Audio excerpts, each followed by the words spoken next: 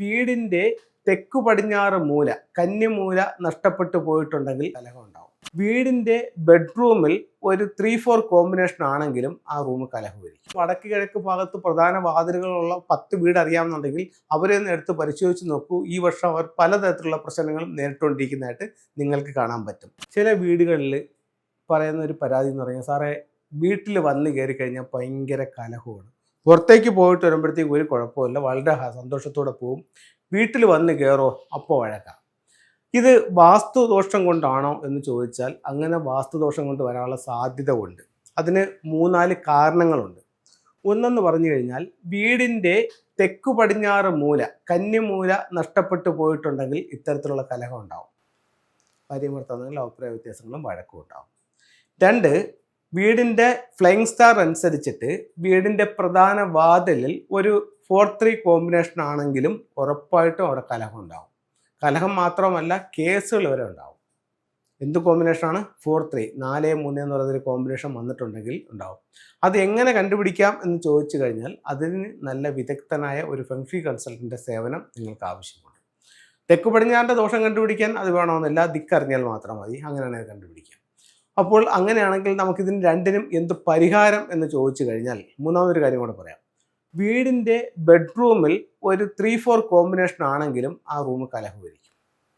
ഇപ്പോൾ 2025 സംബന്ധിച്ചിടത്തോളം വടക്ക് പടിഞ്ഞാറ് ഭാഗത്തുള്ള എല്ലാ ബെഡ്റൂമുകളിലും അല്ലെങ്കിൽ എല്ലാ ദിക്കുകളിലും എല്ലാ റൂമുകളിലും 3 എന്ന് പറയുന്ന സ്റ്റാർ വന്നിട്ടുണ്ട്. അപ്പോൾ അവിടെ ഒരു കലഹത്തിൻ്റെ നക്ഷത്ര റിവൈവേഷൻ വന്നിട്ടുണ്ട്. അപ്പോൾ അങ്ങനെയാണെങ്കിലും അവിടെ കലഹം ഉണ്ടാകും. അപ്പം 4 കാര്യങ്ങൾ പറഞ്ഞു. ഇതിൻ്റെ 4ൻ്റെ റെമഡി പറയുകയാണ്. തെക്ക് പടിഞ്ഞാറ് മിസ്സിങ് ആയിട്ടുണ്ടെങ്കിൽ ഉറപ്പായിട്ടും നിങ്ങൾക്ക് തെക്ക് പടിഞ്ഞാറ് ഭാഗത്ത് വെളിയിൽ ഒരു ഫുൾ ടൈം റെഡ് ലൈറ്റ് ഉപയോഗിക്കാം.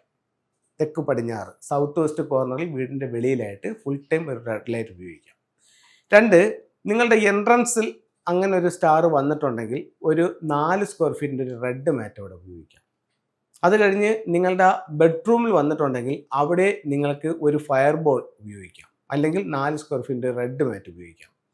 അതല്ല, നിങ്ങളുടെ വടക്ക് പടിഞ്ഞാറ് ഭാഗത്തെ ബെഡ്റൂമിലാണ് ഈ വർഷം നിങ്ങൾ കിടക്കുന്നത്, അവിടെയാണ് നിങ്ങൾക്ക് കലഹമെന്നുണ്ടെങ്കിൽ അവിടെയും ഒരു ഫയർ ബോളോ അല്ലെങ്കിൽ 4 സ്ക്വയർ ഫീറ്റിൻ്റെ ഒരു റെഡ് മാറ്റോ ഉപയോഗിക്കാം.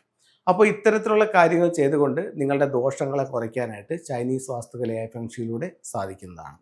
നിങ്ങൾക്ക് ഫെങ്ഷിയിൽ വിശ്വാസമുണ്ടെങ്കിലും ഇല്ലെങ്കിലും, നിങ്ങൾക്ക് ഫെങ്ഷി അറിയാമെങ്കിലും ഇല്ലെങ്കിലും, നമ്മുടെ വീട് എവിടെ ആയാലും ഈ ഓരോ ദിക്കിലും എല്ലാ വീടുകളിലും ഈ നക്ഷത്രങ്ങൾ വരുന്നുണ്ട്. ആ നക്ഷത്രങ്ങൾക്ക് അതിൻ്റേതായിട്ടുള്ള സ്വഭാവങ്ങളുണ്ട്.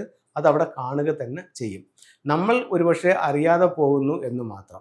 നല്ല സമാധാനത്തിലും സന്തോഷത്തിലും കഴിഞ്ഞിരുന്ന കുടുംബം പെട്ടെന്ന് അവർക്കൊരു പ്രശ്നവും ഒരു തകർച്ചയോ ഒരു ആക്സിഡൻറ്റോ ഒക്കെ വരുകയാണെങ്കിൽ ഒരുപക്ഷെ ഈ മാറി വന്ന ഫെങ്ഷിയുടെ ആനുവൽ സ്റ്റാറിൻ്റെ നമ്പർ ആയിരിക്കും അവരെ ബാധിച്ചിട്ടുള്ളത്. ഒരു സിമ്പിളായിട്ടുള്ളൊരു കാര്യം പറയാം.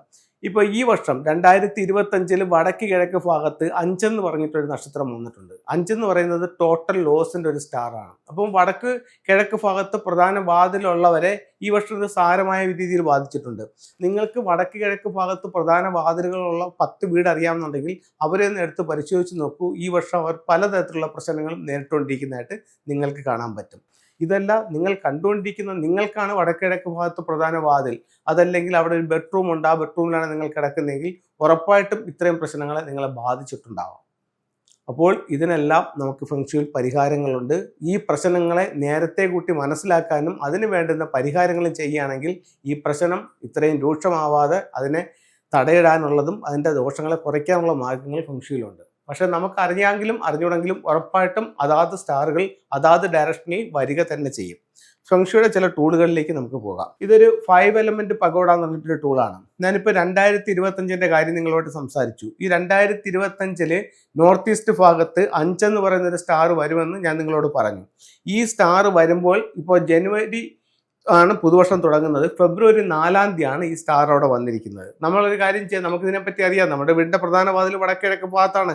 അങ്ങനെയാണെങ്കിൽ നമ്മൾ ജനുവരി തുടക്കത്തിൽ തന്നെ ഇത്തരത്തിലുള്ളൊരു 5 എലമെന്റ് പഗോഡ എടുത്ത് അതിൻ്റെ മുകൾ ഭാഗം ഓപ്പൺ ചെയ്തിട്ട് കുറച്ച് മണ്ണെടുത്ത് ഇതിൻ്റെ ഉള്ളിലേക്ക് വെച്ചിട്ട് ഏത് ഭാഗത്തുനിന്ന് വടക്കിഴക്ക് ഭാഗത്ത് അതാ ഡയറക്ഷൻ നിന്ന് എടുത്ത് അതിനകത്ത് ഉള്ളിലോട്ട് വെച്ചിട്ട് അതിനകത്ത് ഇത് അടയ്ക്കുന്നു. അടച്ചിട്ട് നോർത്ത് ഈസ്റ്റ് ഭാഗത്ത് ഈ ടൂൾ കൊണ്ട് വെക്കുകയാണെങ്കിൽ ഈ ദോഷം ഒരു പരിധി വരെ കുറയ്ക്കാനായിട്ട് 5 എലമെന്റ് പഗോഡയ്ക്ക് സാധിക്കും. ഇത് 2025 കാര്യം. ഇനി 2026 വരാൻ പോവുകയാണ്.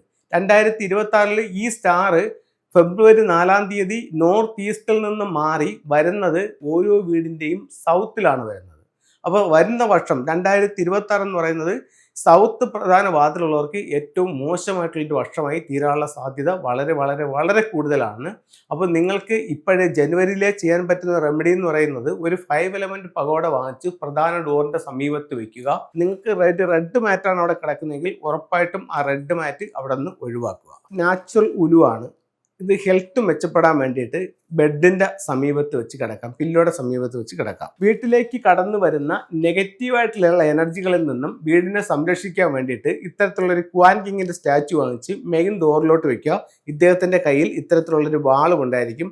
അത് ഇങ്ങനെ കയ്യിൽ പിടിപ്പിച്ചിട്ട് ഇങ്ങനെ വെക്കുകയാണെന്നുണ്ടെങ്കിൽ മെയിൻ ഡോറിലേക്ക് നോക്കി വയ്ക്കുകയാണെങ്കിൽ വരുന്ന നെഗറ്റീവ് ഊർജ്ജത്തിൽ നിന്നും വീട്ടിനെ സംരക്ഷിക്കാനായിട്ട് ക്വാൻ കിങ്ങിന് സാധിക്കും. അപ്പോൾ എല്ലാവർക്കും എല്ലാ ഐശ്വര്യങ്ങളും ഉണ്ടാവട്ടെ എന്ന് പ്രാർത്ഥിച്ചുകൊണ്ട് നിർത്തുന്നു. നന്ദി, നമസ്തേ.